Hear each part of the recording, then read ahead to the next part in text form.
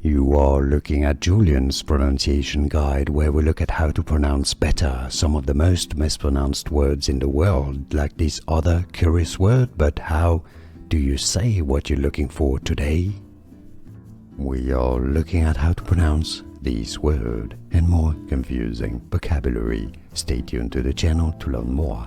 Act, both a verb and a noun, pronounced similarly both in British and American English as act.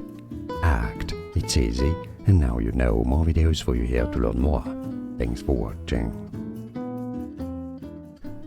Here are more videos on how to pronounce more confusing words and names too many mispronounced. Like this video if you found it useful. I appreciate your support. I'll see you soon, and thanks for watching.